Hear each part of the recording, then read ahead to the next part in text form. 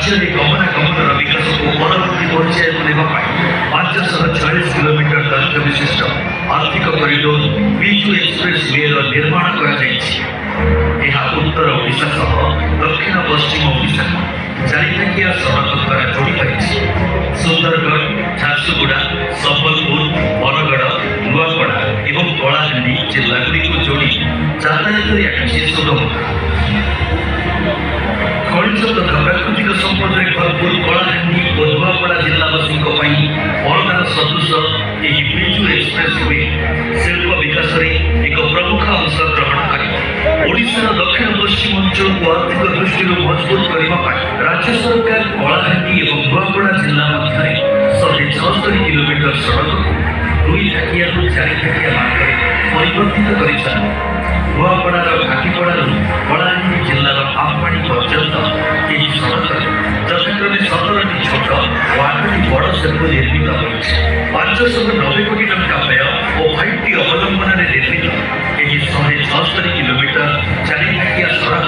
पाखापाखि 15 मास मध्य निर्माण कर Biju express way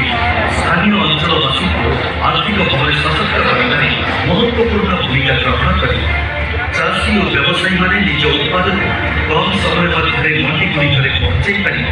प्रशस्त मार्ग आम्बुलांस डाक्तखाना पहुंची बहुमूल्य जीवन बचाई पारे यातायात समय ह्रास और सुखकर सड़क express way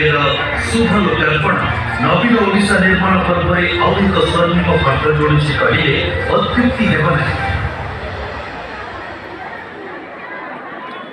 Biju express way पश्चिम ओडिशार अर्थनैतिक अभिवृद्धि युवा सरकार अभिनंदन शुभेच्छा और करताल राज्य सरकार प्रशंसनीय प्रचेषा।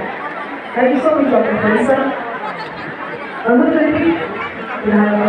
राजगढ़ सुप्रदीप कुमार किसान महोदय विजय